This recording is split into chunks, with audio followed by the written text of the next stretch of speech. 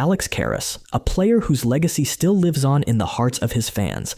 A true hero of the 1950s, his fierce playing style remains cherished to this day.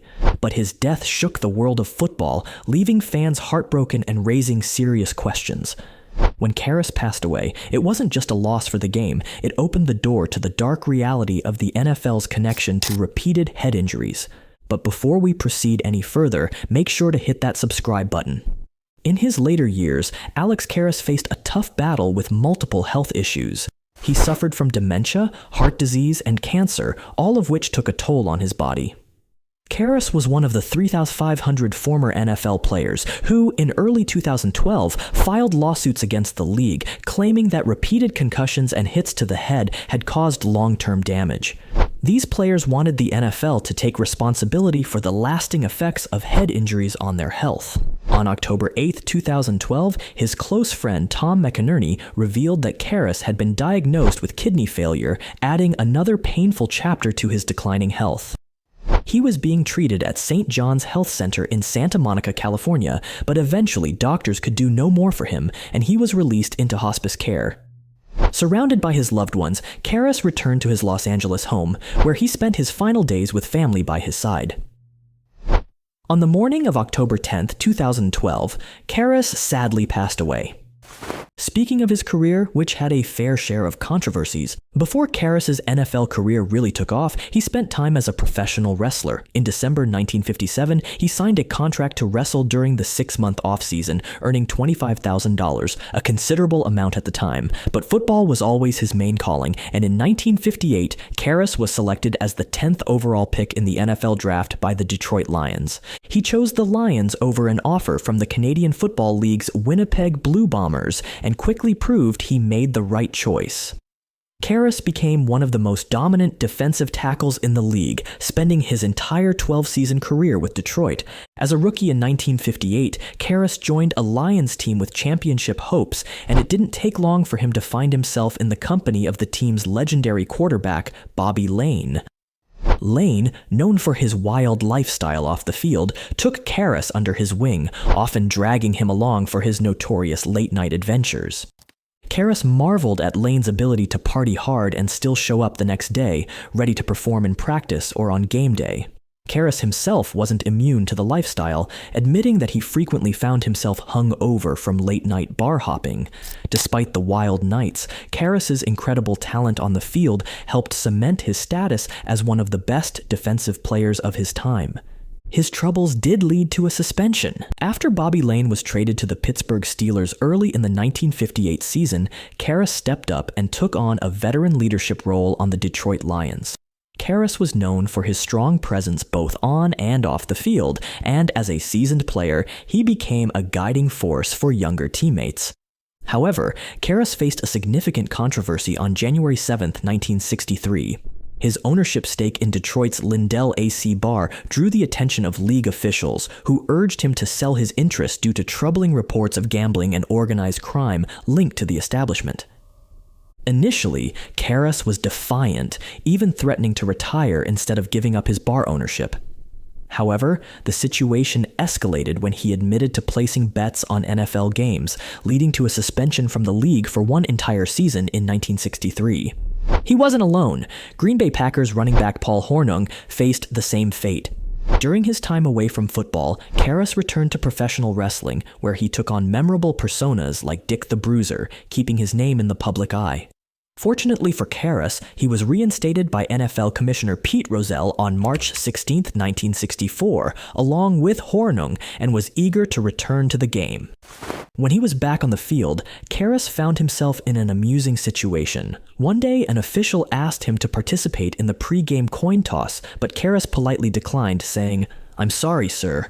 I'm not permitted to gamble." This comment highlighted the ongoing issues surrounding his past with betting. Later that same year, tensions grew within the team due to discontent with head coach George Wilson.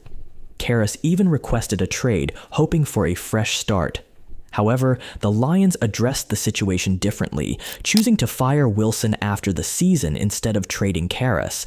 This move allowed Karras to continue his career with the Lions while also trying to regain some stability in the organization. Then came an injury that forced him to retire. From 1960 to 1966, Karras built a reputation as one of the most formidable defensive tackles in the NFL, playing alongside Roger Brown. This duo was a force to be reckoned with on the field, intimidating opponents and forming a solid backbone for the Lions' defense. Their partnership came to an end when Brown was traded to the Los Angeles Rams, but Karras continued to be a key player for Detroit. Karras faced another round of controversy when the Lions hired a new head coach, Harry Gilmer. Rumors swirled that Karras might be interested in signing with the expansion Miami Dolphins of the American Football League, where his former coach, Joe Wilson, was now at the helm.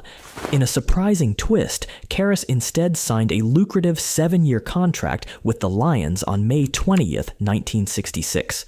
Wilson even mentioned that Karras had used the Dolphins' interest to negotiate a better deal with Detroit. Despite the new contract, Karras' relationship with Gilmer was rocky. Mid-season, tensions flared between the two, and there were reports that Gilmer was considering releasing Karras. However, just as it had happened before, it was the coach who would end up leaving, making way for Karras' former teammate Joe Schmidt to take over as head coach. On June 4th, 1967, Karras hinted that he might retire to focus on a new business venture. However, when training camp started, he was back with the Lions, ready to play. During the preseason, he made a light-hearted remark about walking home from Denver if the AFL's Broncos beat the Lions. When that did happen, Karras jokingly backtracked and took the team plane home instead. Karras continued to shine on the field, earning All-Pro selections from 1967 to 1969. In his final playoff game in 1970, the Lions put up a strong defense, not allowing a touchdown against the Dallas Cowboys. However, they lost the game 5-0, marking Karras' first playoff appearance and his last game in the NFL. After the 1971 preseason, while recovering from a knee injury, Karras was released in mid-September, effectively ending his impressive playing career at the age of 36. During his time with the Lions from 1958 to 1970, the team had a winning record in 6 of those 13 years. However, they only made the playoffs once, in 1970, finishing with a solid 10-4 record in Karras' final season. The team's best years during Karras' tenure came in 1962, when they went 11-3, and in 1969 with a record of 9-4-1. The Lions' defense was remarkable, allowing only 177 points in 1962, 188 points in 1969, and 202 points in 1970. Karras was instrumental in achieving these numbers, leading a tough and rugged defensive line that made life difficult for opposing offenses. Karras earned nicknames like Iron Man and Twinkle Toes from fans, missing only one game due to injury throughout his 12 seasons in the NFL. He played a total of 161 games, which ranks 15th in Lions history. Karras made the Pro Bowl 4 times and was named a member of the 1960s All-Decade Team by the Hall of Fame. Additionally, in 2006, he was recognized by the Professional Football Researchers Association, who named him to the PRFA Hall of Very Good Class. A fitting capstone to his illustrious career, Karras was elected to the Pro Football Hall of Fame on January 15, 2020, as a centennial member, cementing his legacy as one of the greatest of the game. That is it for this one, but if you happen to like NFL legends, make sure to check out our latest videos on our channel NFL Icons. I'm sure you will love it.